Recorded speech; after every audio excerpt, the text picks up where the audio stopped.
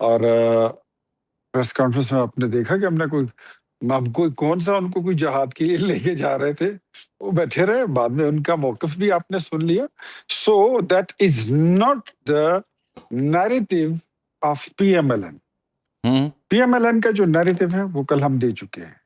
وہ کسی انڈیویجول کا اگر نیریٹو اگر وہ دینا چاہتے ہیں تو وہ ضرور دے سکتے ہیں. ہاں، جہاں تک آپ نے بولا کہ پی ایم ایل این مرکز کے ساتھ الائنڈ نہیں ہے، جو کے پی کی پی ایم ایل این ہے، تو یہ ایسا لگ رہا ہے، ایسا فیل ہو رہا ہے آپ کہ تصدیق کر وہاں رہے پر ہیں. جب ایسا بل آتا ہے ہوں جس کو ہم سمجھتے ہیں کہ یہ متنازع شقیں جس میں شامل ہوں، تو they should contact the federal cabinet, they should contact their central leadership اور ان کے ساتھ ان کو ڈسکس کرنا چاہیے تھا. ہوں تو ہماری ایسے بھی ممبرز ہیں کہ جنہوں نے کل اپنی آراء کا اظہار کیا اور وہ بل کے خلاف ہے، جس میں ہماری ایک ایم پی اے خاتون بھی شامل ہے. محترمہ صوبیہ صاحبہ لیکن ہم غالباً. اس کا ڈسکس نہیں، میں اس کی بات سونیا شاہ اچھا کی بات کر رہا ہوں، اچھا. سیدہ سونیا شاہ کی. ہوں ہماری ایک اور ایم پی اے خاتون ہے، ان کا بھی موقف آ چکا ہے.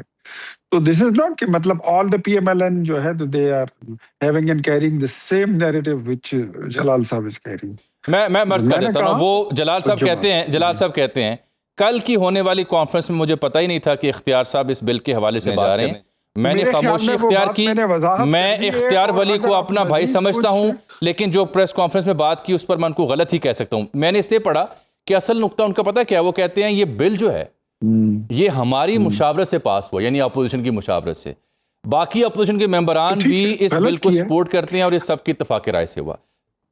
اگر ایسا ہے تو باقی ممبران کی، ہاں یہ بات ہے، یہ اب لگ ایسے رہے نا کہ ممبران کا ایک کا کچھ ایسا ہوا کہ یار ہماری طرف کوئی چیزیں آ رہی ہیں تو آنے دو. ٹیمپٹیشن ان کو لگی ہوگی تو انہوں نے اس کو ویلکم کیا ہے. بٹ میں یہ سمجھتا ہوں، میں اس ہاؤس کا ممبر رہا ہوں، بہت ساری چیزیں ایسی تھی جس کو اپوز کرنے کا وقت آیا تو مجھے ایسا لگا ایون میں پارلیمنٹ میں اکیلا رہ گیا تھا، لیکن اس کی مخالفت میں اگر ووٹ آیا تو وہ ایک میرا ہی تھا. کئی بار ٹی وی پر یہ بریکنگ کے ساتھ خبر چلی کہ فلانی تحریک فلانا بل جو آیا تو اس کے اگینسٹ میں ایک ہی ووٹ تھا اور وہ اختیار ولی کا تھا. مخالفت میں نے ووٹ دیے. تو اپنا موقف ریکارڈ کرنا چاہیے، اپنا ایک جو آپ کا ایک اصولی سٹینڈ ہے وہ لینا چاہیے. یہ ریوڑ کے ساتھ چل پڑنا جو ہے یہ میں نہیں سمجھتا، یہ نظریاتی کارکنوں کا کام نہیں ہے. تو مجھے لگ ایسا رہا ہے کہ حکومت اور اپوزیشن نے، اچھا ایک بات میں جامی صاحب اور آپ کو بتا دیتا ہوں. جی پلیز فرمائیں. ان کو کیا ضرورت تھی اپوزیشن کے ممبران کی اتنی انپٹس لینے کی؟ کیا آپ نے ہمارے اپوزیشن کے ممبران کو ترقیاتی فنڈز دیے؟ وہاں تو آپ نہیں دیتے، لیکن یہاں بل پر آپ ان کو آگے آگے لے کر آ رہے ہیں. تو آپ کے پاس تو 93 کی اختیار صاحب اس میں ڈیٹیل میں نہیں جاتا، موجود ہے. ٹھیک یہ ٹیکنیکل بات ہے. میں جانا چاہتا ہوں 93 آپ کے پاس تعداد موجود ہے پی ٹی آئی کے پاس. آپ کو اپوزیشن کی ضرورت ہی کیا ہے؟ آپ کے خود خواہشات تھے، اس کو جامہ اور لبادہ آپ پہنانا چاہتے ہیں اپوزیشن کا، تو آپ خود کو کور کر لیں. جتنا آپ چھپانا چاہتے ہیں وہ سارا کچھ ننگا نظر آ رہا ہے، پتہ تو چل رہا ہے. آپ کی منشا نہ ہو تو وہاں پر یہ اپوزیشن جو ہے یہ کوئی بل لا سکتے ہیں، یہ کوئی مخالفت میں کوئی چیز پاس کر سکتے ہیں یا فیل کر سکتے ہیں. نو نیور. خواہشات تھی پاکستان تحریک انصاف کی، کچھ لوگ ہمارے بھی ملے ہوئے ہیں، گندا بل پاس کیا ہے، اس کو ریورس ہونا چاہیے. That's it. I am clear, my Jamaat is clear, P M L N is clear, اور یہی مسلم لیگ نون کا سٹانس ہے. جو اس کے ساتھ نہیں ہے وہ اس کی مرضی، جو بھگتے گا پھر جو اس کی جماعت. آپ جب کہتے ہیں کہ وہ پھر بھگتے گا، ہاں یہ واضح کر دیں، یہ کلیئر ہے کہ پھر ایسا شخص جو آپ کی پالیسی کے ساتھ نہیں چلے گا آپ اس کے خلاف کوئی ڈسپلنری ایکشن لیں گے پاکستان مسلم لیگ نون؟ سب سے پہلے تو میرے خیال میں وہاں پر جو اپوزیشن لیڈر ہیں ان کو ایکشن لے لینا چاہیے تھا.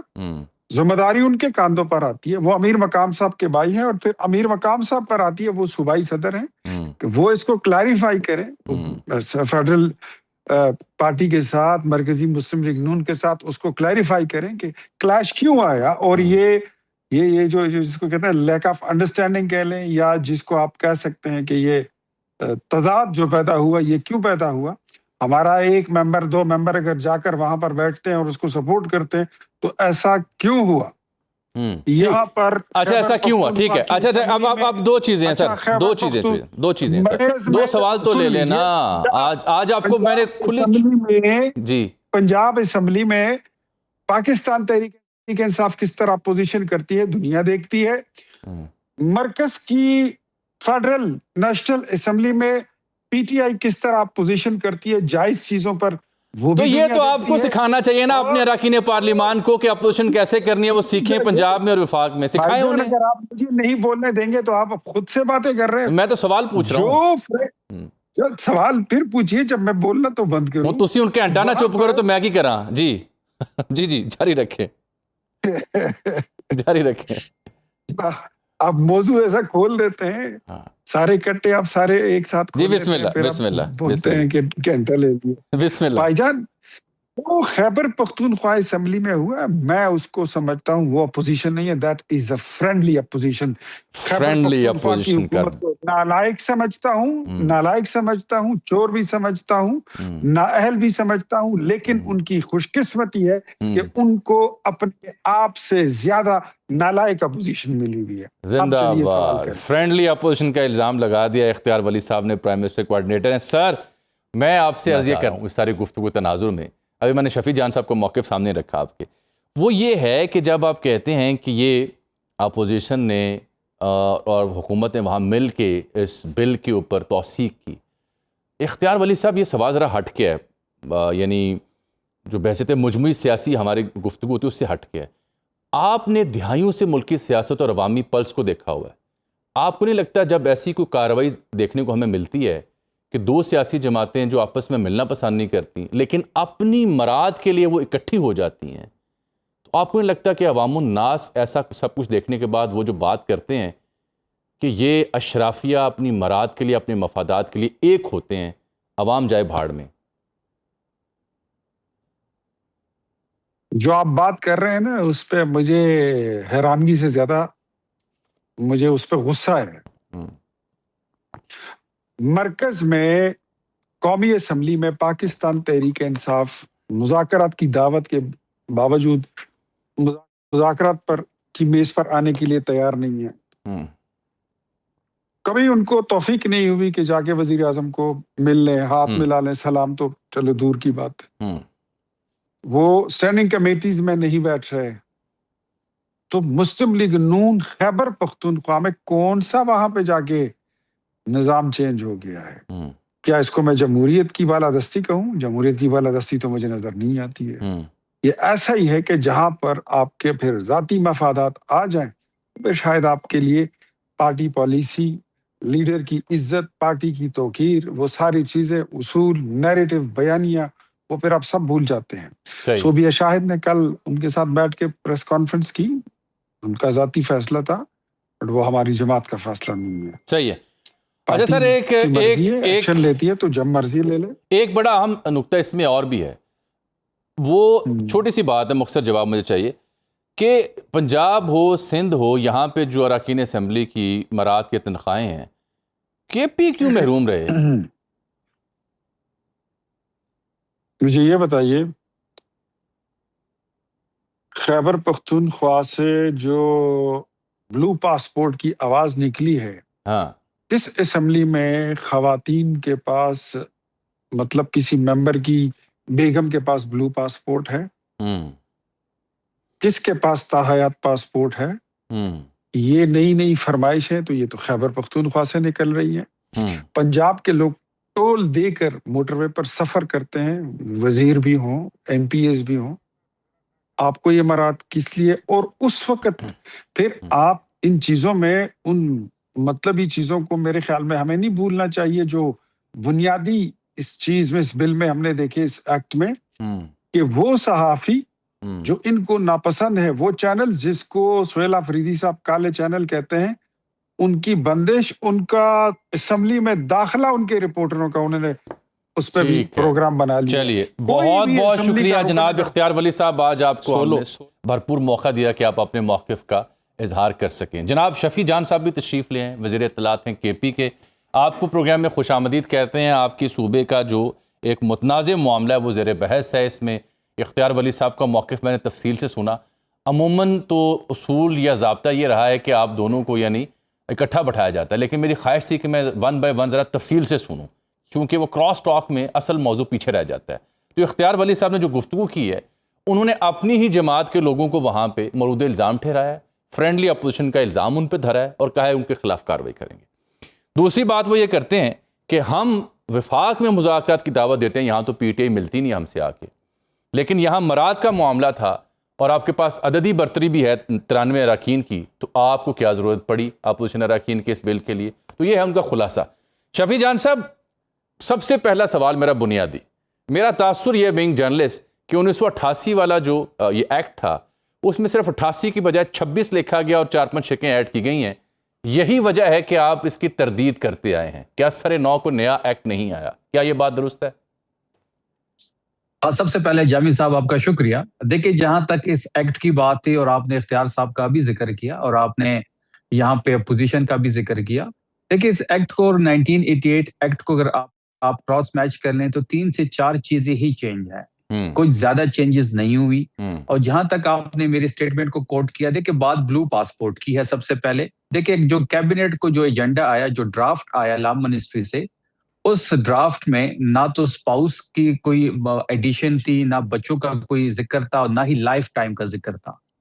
جب کیبنٹ نے اس کو پاس کیا اور اس کو اسمبلی بھیجا، تو اسمبلی میں ہمارے اپوزیشن کی جو ایک پیپلز پارٹی کے پارلیمانی لیڈر ہیں کنڈی صاحب، اس نے اس میں امینڈمنٹ کی. اب جہاں تک اپوزیشن کی بات ہے تو امینڈمنٹ بھی اپوزیشن کی طرف سے آئی ہے. اور جہاں تک کیبنٹ کی بات ہے تو کیبنٹ نے صرف جو مسودہ جو ڈرافٹ جو تھا جو پاس کیا، اس میں ایسی کوئی بھی چیز نہیں تھی. اختیار صاحب جانے اور اس کی پارٹی جانے، ہم نے تو نہ پیپلز پارٹی کو کہا ہے، نہ مسلم لیگ نون کو کہا ہے کسی بھی قانون سازی میں کہ وہ تحریک انصاف کی ہیلپ. لیکن آپ نے ان کی تجویز کردہ امینڈمنٹس کو انکارپوریٹ کیا. دیکھیے، ہمیں ایک چیز سمجھنی ہوگی جامی صاحب کہ اسمبلی اور حکومت 2 ڈیفرنٹ چیزیں ہیں. حکومت جو ہوتی ہے وہ کیبنٹ ہوتی ہے، وزیر اعلیٰ اس کو ہیڈ کرتے ہیں. اسمبلی جو کسٹوڈین ہوتا ہے وہ اسپیکر ہوتا ہے، جو سب کا ہوتا ہے، اپوزیشن کا بھی ہوتا ہے اور حکومت کا بھی ہوتا ہے. جو امینڈمنٹ ہوئی وہ اسمبلی میں ہوئی. جو ڈرافٹ کیبنٹ سے پاس ہو کے گیا اس میں ایسی کوئی چیز نہیں ہے. اس کا میں آپ کو ابھی بھجوا بھی دوں گا، اس کی کاپی آپ کے سامنے آ بھی جائے گی. جو چیز اسمبلی سے پاس ہوئی وہ اپوزیشن کی جو ایک رکن ہے اس نے امینڈمنٹ کرائی، اور اسپیکر نے اسی ٹائم، وہ فوٹیج آپ نے دیکھی ہوگی کہ اسی ٹائم جو ہے یس اور نو کی بات ہوئی اور وہ پاس ہو گیا. اب اس میں تو میرے خیال میں ایسی کوئی چیز نہیں ہے کہ آپ اس حکومت کو اس کا الزام ٹھہرائیں، کیونکہ اسپیکر جو ہے اور جو اسمبلی جو ہے وہ ایک الگ چیز ہے اور گورنمنٹ ایک الگ چیز ہے. اب اختیار صاحب نے جس اپوزیشن کی بات کی اور جس مذاکرات کی بات کی، دیکھیں مذاکرات اس طرح نہیں ہوتے جس طرح نون لیگ سینٹر میں یا وفاق میں مذاکرات کرنا چاہتی ہے. اس طرح بھی نہیں ہوتا کہ آپ ہمارے نشستوں پہ آتے ہیں، آپ ہاتھ ملاتے ہیں اور آپ کہتے ہیں کہ جی آئے بات چیت کرتے ہیں. بالکل، ہم ایک سیاسی پارٹی ہیں، بات چیت پہ ہم یقین رکھتے ہیں، لیکن بات چیت کے لیے اختیار کا ہونا بڑا ضروری ہے. جامی صاحب، گور صاحب چیزوں کو 3 دفعہ آگے لے کے بڑھے، 3 دفعہ ڈیڈ لاک کا شکار ہوئے. ڈیڈ لاک کا شکار اس لیے ہوئے کہ ان کے پاس کوئی اختیار نہیں ہے. ہم نے جب بھی ان سے عمران خان صاحب کی بات کی، ہم نے کبھی رہائی کی بات نہیں کی. رسائی کی بات ضرور کی ہے، ملاقات کی بات ضرور کی ہے، ذاتی ڈاکٹر کی رسائی کی بات کی ہے، بہنوں کی ملاقات کی بات کی ہے، بیٹوں کی فون پہ بات کرنے کی بات ہم نے ضرور کی ہے.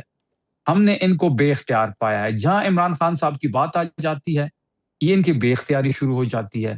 اور یہ عام سوال بھی ذہن میں آتا ہے کہ جب بھی کوئی کنفلکٹ ہوتا ہے 2 لوگوں کے درمیان، جب بھی بات چیت ہوتی ہے، ہمارے ہاں جرگہ ہوتا ہے، تو اس سے کیا جاتا ہے کہ جس کے پاس اختیار ہو، جس کی بات میں وزن ہو، جو کل اپنی بات پہ سٹینڈ لے سکے. بے اختیار بندے کے پاس جو ہے کوئی بھی بات چیت بے اختیار بندے کے ساتھ نہیں کرتا. آپ نے بھی بات کی کہ یہ جو پاسپورٹ والی کہانی اپوزیشن کی جانب سے امینڈمنٹ آئی. شفیع جان صاحب، یہ جو ٹول ٹیکس سے استثناء والی شک ہے، یہ کس کی تجویز تھی؟ دیکھیے 1988 کے ایکٹ میں بھی آپ کو ٹول ٹیکس ایگزمپشن آپ کو نظر آتی ہوگی، وہ آپ پڑھ بھی لیں. ٹول ٹیکس تب بھی فری تھا، ٹول ٹیکس آج بھی فری ہے. اس میں تو نہ اس گورنمنٹ کا کوئی رول ہے، یہ تو 1988 کے ایکٹ میں موجود ہے. تمام پارلیمنٹیرین جو ہیں، صرف خیبر پختونخوا کے نہیں، سندھ ہو، بلوچستان ہو، ایم این ایز ہو، سینٹ ہو، تمام ٹول ٹیکس سے ایگزیمپٹڈ ہیں. آپ کی جتنی بھی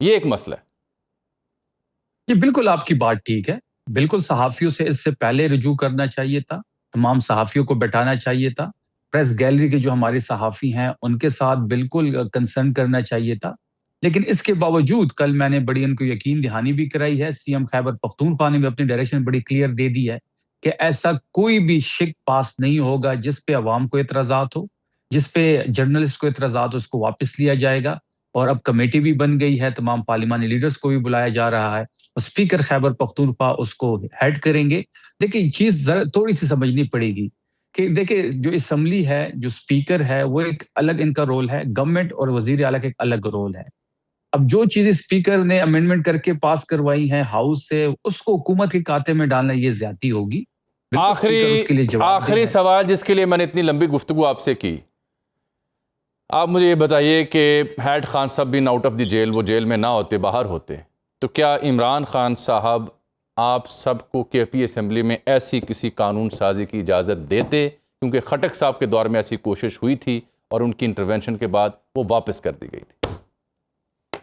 دیکھیں بالکل آپ کی بات ٹھیک ہے, ہم عام لوگ ہیں, ہمارا تعلق عام گھرانوں سے ہیں, بہت سے لوگ آئی ایس ایف سے ہو کے آئے ہیں, کوئی مدر ونگ سے آیا ہے, کوئی یوتھ ونگ سے آیا ہے, اور ہم نے عمران خان صاحب کو ہی دیکھا ہے, ہم نے کوئی اور لیڈر نہ دیکھا ہے, اور نہ کبھی ہم نے ایز اے ہیرو ان کو. اسی لیے سوال آپ سے پوچھا یہ. جی بالکل, عمران خان صاحب کی جو ویژن ہے, عمران خان صاحب جس طریقے کی وہ سیاست کرتے ہیں, وہ بالکل بھی اسی چیز کی اجازت نہیں دیتے. بالکل کیبنٹ سے جو چیز پاس ہوئی ہے وہ ایک ڈیفرنٹ چیز ہے. میں آپ کو بارہا یہ بات کر رہا ہوں. پھر وہ ڈرافٹ جب اسمبلی گیا ہے تو وہاں پہ امینڈمنٹ ہوئی ہے اور اسپیکر نے اس کو پاس کرایا ہے, تو وہ ایک الگ سٹوری ہے. جو خیبر پختونخوا کی سی ایم نے کیبنٹ سے پاس کروایا اس میں ایسی کوئی بھی چیز نہیں ہے. بہت شکریہ, بہت شکریہ سر, جان صاحب آپ کے وقت کا بہت شکریہ, بہت شکریہ. میرے پاس وقت کی قلت, آپ کا موقف آ گیا, تفصیلی آپ کو وقت ہم نے دیا تاکہ آپ اس کو بیان کر سکیں. ناظرین یہاں پروگرام میں ایک بریک, اور بریک کے بعد آبویسلی جو ایران امریکہ کانفلکٹ ہے اس میں شدت آ رہی ہے, مسلسل 2 راتیں امریکہ کے حملے, ایران کا جواب, اور آج تدفین بھی. یہ تازہ کانفلکٹ کیا صورت اختیار کرے گا, بڑی جنگ میں بدلے گا, اسرائیل کی انٹری ہوگی یا نہیں؟ ایک بریک کے بعد پروگرام میں خوش آمدید. میں نے آپ سے عرض کیا کہ لاسٹ 2 نائٹس میں مسلسل امریکہ نے اسٹرائک کیا ہے جو سدرن پارٹس ہیں ایران کے کوسٹل ایریاز میں. ان کی تفصیل ہم انٹروڈکشن میں آپ کو دے چکے ہیں.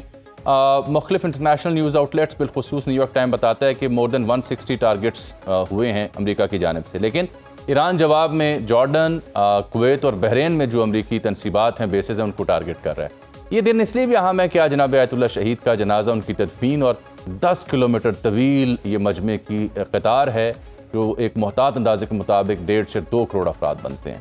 اس بیچ میں اسرائیلین گورنمنٹ, ان کے ڈیفنس منسٹر, ان کے پرائم منسٹر اور دیگر کی سٹیٹمنٹس آ رہی ہیں. نیتن یاہو کہتا ہے کہ ایران کینسر ہے, اس کا خاتمہ ضروری ہے. ان کے دیگر ذمہ دار کہتے ہیں کہ ہمیں اندازہ تھا کہ ٹرمپ کا صبر کا پیمانہ لبریز کر جائے گا, وی آر ریڈی, انتظار کر رہے ہیں کہ فل فلیج حملہ کب ایران پہ ہم کر سکتے ہیں. یہ صورتحال کہاں جائے گی؟ کیونکہ آپ نے ہرمز بند ہوئی, نیول بلاکیڈ آئے گا, جنگ آگے بڑھی تو ایک فل سکیل جنگ کی صورت اختیار کر سکتی ہے. چوتھے راؤنڈ کی توقع تو اسلام آباد میں اس پہ بات کرنے کے لیے آج ہم نے زحمت دی ہے. سابق سفیر افغانستان میں رہے جناب منصور احمد خان صاحب, سابق سفیر بحرین میں رہے جناب جاوید ملک صاحب, اور ایئر مارشل ریٹائر جناب عامر مسعود صاحب. میں سفرا سے بات کرنے سے پہلے ذرا ایئر مارشل صاحب کی توجہ چاہ رہا ہوں تاکہ سمجھ سکیں کہ ریسنٹ سٹرائکس کا کینوس کیا تھا, میگنیچیوڈ کیا تھا. عامر صاحب, یہ جو 2 دنوں میں کارروائی ہوئی, یہ کیا ویل کیلکولیٹڈ ہے یا کسی بڑی جنگ کو دعوت دینے کے مترادف تھا؟ بہت شکریہ جامی صاحب. بسم اللہ الرحمن الرحیم. دیکھیں, جو اس وقت ایران کی صورتحال ہے اور جو امریکہ کی صورتحال ہے, اس میں ایک بہت بڑی چیز جو واضح طور پہ نظر آ رہی ہے وہ یہ ہے کہ مسٹر ٹرمپ جو ہیں پریزیڈنٹ صاحب, وہ ایک ڈائلیما میں ہیں, اور انہوں نے بڑی کوشش کی کہ کسی طرح سے اس جنگ کو ایک پازیٹیو نوٹ پہ ختم کیا جائے اور نوشن آف وکٹری جو ہے اس کو ڈکلیئر کیا جا سکے. لیکن over a period of time population نے بھی اور کانگریس میں جو ڈیموکریٹس ہیں انہوں نے بھی بہت زیادہ آوازیں اٹھانی شروع کی کہ جی یہ کس قسم کی جنگ تھی جس میں اتنا مالی نقصان بھی ہوا اور جانی نقصان بھی ہوا, اور ہمارے آبجیکٹیوز جو ہیں وہ حاصل نہیں ہو سکے. صحیح. اور دوسری طرف جو آپ دیکھیں کہ جو ایران کا معاملہ ہے, وہ ابھی میں کچھ عرصہ پہلے امریکہ سے بھی ہو کے آیا ہوں, تو ایون ان کی پاپولیشن یہ کہہ رہی ہے کہ یہ جنگ جو ہے کافی حد تک ایران نے جیتی ہے. یس ان کا نقصان بہت ہوا ہے، انفراسٹرکچر کا نقصان ہوا ہے، ان کا ملٹری انسٹالیشنز کا نقصان ہوا ہے، اور انہی ٹارگٹس کو اس دفعہ بھی انہوں نے جو انگیج کیا، پہلے دن 80 کے قریب ٹارگٹس انگیج کیے. ایک بہت بڑی ویو تھی، ایئر پاور کا استعمال کیا جس میں اکنامک ٹارگٹس بھی تھے، ملٹری ٹارگٹ بھی تھے، پورٹس کو بھی ہٹ کیا انہوں نے، کچھ میزائل سائٹس کو ہٹ کیا، لیکن سویلین پاپولیشن کو بھی ہٹ کیا. تو یہ ایک آپ سوچیں کہ یہ ایک فرسٹریشن والا ایلیمنٹ ضرور ہے. یس انہوں نے اس بات کو کہا کہ یہ ایک لیجیٹیمیٹ تھا بیکاز وائلیشن کی ایران نے، اور انہوں نے ان شپس کو کیا جس میں ایک کویتی شپس تھی اور ایک پہ سعودیہ کا فلیگ تھا اور ایک اور تھی جو کہ ٹینکرز تھے. لیکن ایران نے بھی over a period of time یہ چیز سمجھی ہے کہ ہرمز جو ہے وہ ایک بہت اسٹریٹجک امپورٹنس والی چیز ہے، اور اس کی نشاندہی انہوں نے وار کے دوران اور وار کے بعد جو ہے ان کو زیادہ اس چیز کی محسوس ہوئی ہے. اور یہ ایک ایسا چوک پوائنٹ ہے جو نہ صرف یہ مڈل ایسٹرن کنٹریز کو چوک کرتا ہے بلکہ دنیا کی آئل سپلائی کو چوک کرتا ہے، اور اس کا اثر جو ہے امریکہ پہ بھی ہے، سعودیہ پہ بھی ہے، اور پاکستان اور انفیکٹ چائنا پہ بھی ہے.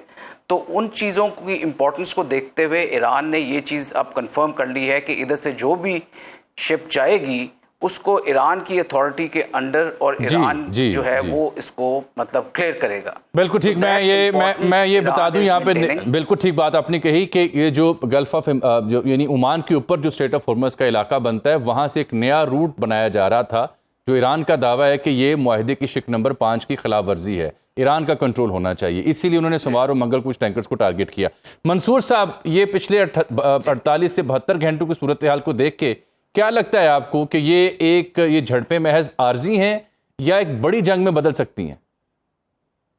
دیکھیں، سب سے پہلے تو یہ سمجھنے کی ضرورت ہے کہ یو ایس ایران کی جو یہ جنگ ہوئی ہے اس میں ایران نے گزشتہ 4 ماہ میں نقصان تو بہت اٹھایا ہے، لیکن جو ایران نے ریزیلینس شو کی ہے اس کے بعد ریجن کے سیکیورٹی ڈائنامکس اور کافی حد تک انٹرنیشنل سیکیورٹی ڈائنامکس میں بھی بہت بڑی تبدیلی آئی ہے.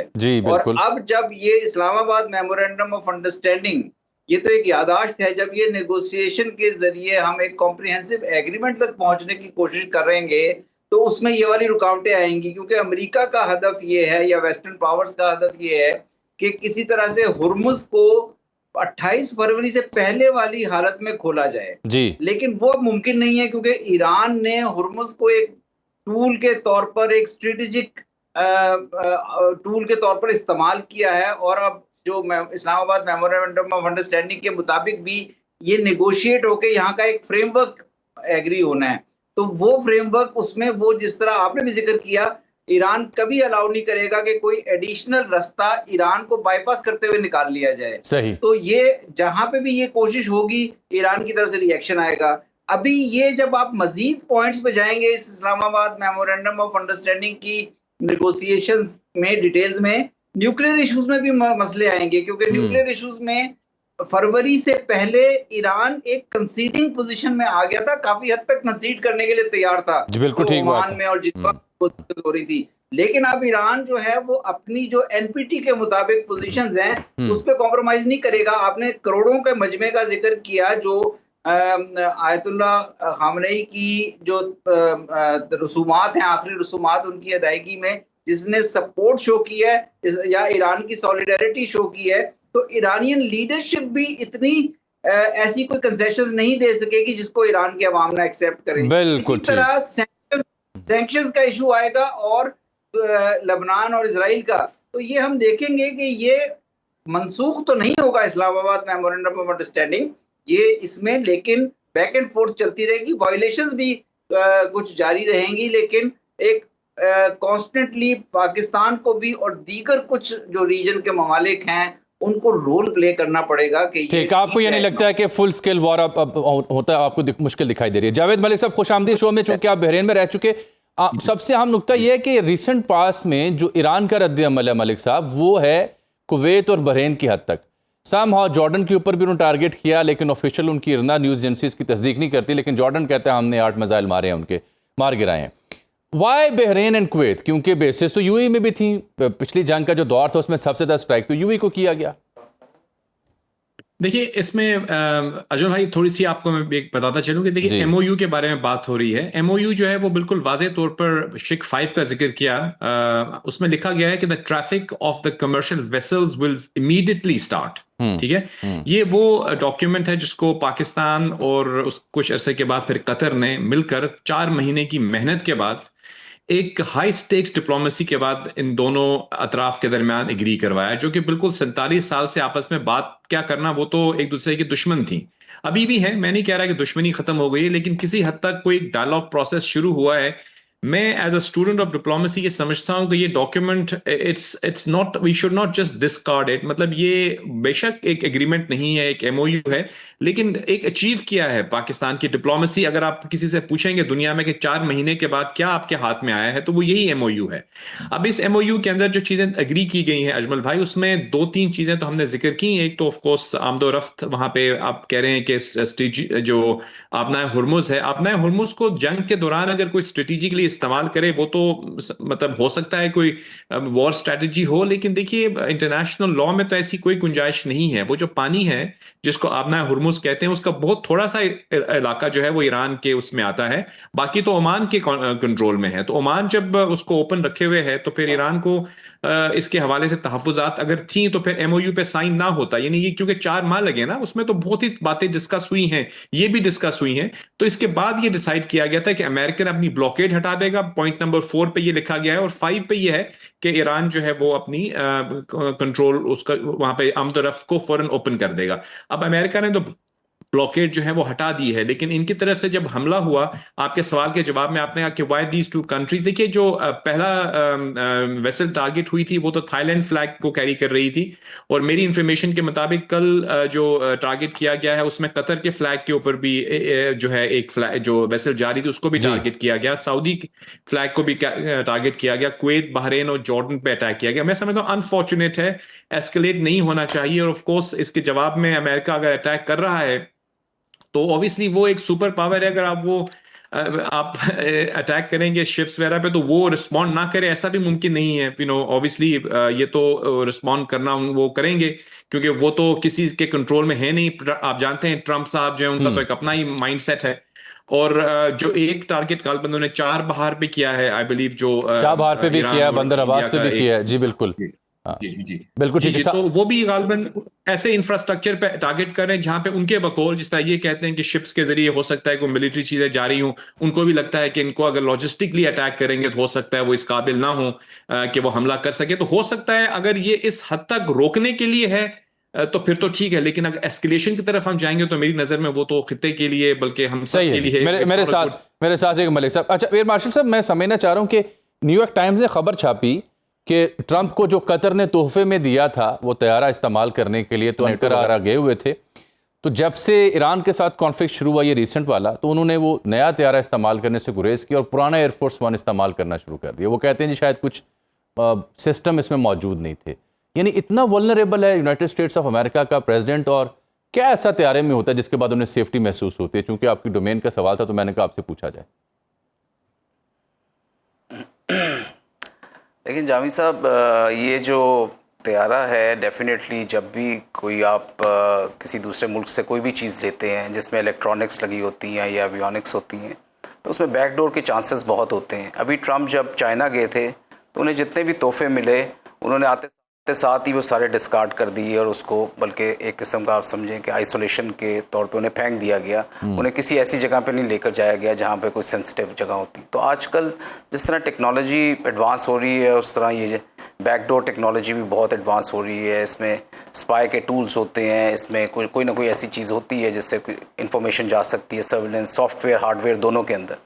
تو there can be a chance, and مطلب ظاہری بات ہے اس کی اسکریننگ اور اسکیننگ تو کرتے ہیں جو ان کے سیکیورٹی کے اپنے لوگ ہوتے ہیں, بٹ وہ فول پروف آپ نہیں کہہ سکتے کہ کلیئرنس ہو سکتی ہے. تو اس میں دیر آر لائکلی چانسز کہ there can be something which is back door, اور اس کی وجہ سے کوئی نقصان ہو سکتا ہے پریزیڈنٹ کو. تو some body would have given him that indication کہ مے بی کہ کوئی پینیٹریشن ہوگی ہے ادھر سے. قطریز کو بھی وہ اتنا نہیں کرتے ڈیفینیٹلی جتنا مطلب وہ اپنے کچھ 5 فنگرز والے الائز کو ایون ان کو بھی نہیں کرتے وہ. So president himself has lot of insecurities, contradictions also. تو وہ اس وجہ سے انہوں نے سمجھا ہوگا کہ یہ مناسب ہے کہ اس کو نہ استعمال کیا جائے, اور اسپیشلی اس جنگ کا موقع ہے تو یہ بھی نہیں پتا انہیں کہ کوئی ایرانین اسپائی جو ہے وہ اندر سے کوئی انہوں نے کچھ کر دیا ہو. I mean these are just hypotheses کہ یہ چیزیں ہو سکتی ہیں, اور وہ definitely they must have taken their own precautions کہ وہ نہ اس کو استعمال کریں. تو اس لحاظ سے مگر ہیونگ سیڈ دیٹ میں یہ ضرور کہوں گا کہ ایک جو پوائنٹ پہلے ریز ہو رہا تھا, دیکھیں Iran himself is a big stakeholder for peace in this region. Iran has suffered a lot, اور یہ کہہ دینا کہ ایران کی غلطی سے اسکلیشن ہو رہی ہے اور امریکہ جو ہے اس نے کسی قسم کی پرووکیشن نہیں کی, یا اسرائیل لبنان میں کوئی پرووکیشن نہیں کر رہا, تو یہ بھی ذرا ایک تھوڑا نامناسب ہوگا, کیونکہ ایران کبھی نہیں چاہے گا کہ اس کو فردر ایسکلیٹ کرے اور اس طرح کا نقصان انہیں زیادہ ہو, اکنامکلی نقصان ہو اور دوسرے طریقے سے ہو. لیکن ان کو ایک لیجیٹمیسی جو ان کی جو معاہدہ ہے اس کے اوپر شک ضرور ہے کہ انہوں نے ہمیشہ وائلیشن کی ہے, چاہے وہ یہ معاہدہ تھا, JCPOA تھا, اس سے پہلے جب معاہدہ جنگ سے پہلے 4 دن پہلے ہو رہا تھا, اس سے پہلے ایک اور جو ایک 225 میں ہوا تھا جب جنگ ہونے لگی تھی قطر میں. تو America has and Israel has always violated. So keeping that thing in mind, Iran will like to now go for a proactive sort of stance کہ بھئی انہوں نے تو کرنی ہی کرنی ہے یہ جو وائلیشن ہے, کیونکہ ان کے آبجیکٹیوز ابھی تک حاصل نہیں ہو سکے, نہ اسرائیل کے آبجیکٹیو حاصل ہوئے ہیں نہ امریکہ کے ہوئے ہیں. So they are likely to do lot of violations, اور اس کو دیکھتے ہوئے Iran would definitely be more conscious and may go proactive this time. تو یہ میرا نہیں خیال کہ ایران ڈیفینیٹلی چاہے گا کہ کسی قسم کی ایسکلیشن ہو. منصور صاحب یہ جو ایئر مارشل صاحب جو بات کر رہے ہیں, آپ یہ بتائیے منصور صاحب آپ یہ بتائیے گا کہ ماضی میں جب بھی کوئی ایسی جھڑپ ہوئی, سیز فائر کوئی وائلیشن ہوئی, تو کسی نہ کسی ماڈریٹر نے یا ثالث نے اپیل کر دی, ٹرمپ نے ٹویٹ کر دیا کہ جناب فلاں کی درخواست میں حملے روک رہا ہوں اور انہیں موقع دے رہا ہوں. اب ہمیں ایسا کچھ دیکھنے کو ملا نہیں. کیا behind the scene, behind the ڈور کوئی ایسی بات ہو رہی ہوگی؟ نہیں, بیہائنڈ دا سینس تو بالکل بات ہو رہی ہوگی. پہلی چیز یہ ہے کہ اسلام آباد میمورینڈم آف انڈرسٹینڈنگ میری نالج کے مطابق اور انفارمیشن کے مطابق تو انٹیکٹ ہے, تو ایسا کوئی نہیں ہوا. گو کہ ٹرمپ نے وارننگ کے طور پر یہ بات کی ہے کہ وہ کسی معاہدے کو خاطر میں نہیں لائیں گے اگر ایران کی طرف سے یہ ایگریشن جاری رہے گی, لیکن ابھی تک اسلام آباد میمورینڈم آف انڈرسٹینڈنگ انٹیکٹ ہے. اور ایگری یہ ہوا تھا, یہ جو تدفین کے لیے ٹائم دیا گیا تھا کہ یہ تدفین کا جو 1 جولائی سے 9 جولائی تک کا شاید یا 10 جولائی تک کا پیریڈ تھا, اس کے بعد نیا راؤنڈ آف نیگوسیشنز ہوگا, اور غالباً وہ قطر میں ہوتا. لیکن اب ایک کمپلیکیشن یہ آ گئی ہے, قطر کا جہاز بھی ٹینکر بھی ہٹ ہوا ہے, تو قطر کی طرف سے بھی ایک اسٹرانگ سٹیٹمنٹ, سخت سٹیٹمنٹ آئی ہے ایران کے مطابق. نہیں, قطر والوں نے تو ایرانی سفیر کو طلب کیا نا جی, انہوں نے ایرانی سفیر کو طلب کیا, احتجاج ریکارڈ کروایا. ایرانی سفیر کو طلب کیا ہے. تو اب دیکھنا یہ ہوگا, قطر چونکہ بہت بڑا رول پلے کرتا رہا ہے ایز اے فیسیلیٹیٹر, اور قطر کا رول ایران کے اوپر سینکشنز اٹھنے میں اور ان کے فنڈز ریلیز ہونے میں بھی آئے گا. تو میرا خیال ہے کوشش یہ ہوگی کہ کسی طرح یا تو قطر میں ہی نیکسٹ راؤنڈ ہو یا کہیں اور ہو, اور اس معاملے کو اس حد تک آگے نہ جانے دیا جائے کہ سارا پیس پروسیس ہی ڈی ٹریک ہو جائے یا ڈی ریل ہو جائے. تو میرے خیال میں پروسیس انٹیکٹ ہے. اب اس طرح کی کسی اپیل کی ضرورت نہیں ہے کہ کوئی اپیل ہو اور کچھ بھی ہو. اس پروسیس کو بس دوبارہ کرنے کی ضرورت ہے, اور دونوں کی انڈرسٹینڈنگ سے ایران کی, اور یہ بھی جو تدفین کے معاملات بھی جب اوور ہو جائیں گے تو ٹیمپرز تھوڑا لو ہو جائیں گے, اور میرا خیال ہے یہ پروسیس یہیں سے دوبارہ شروع ہو جائے گا.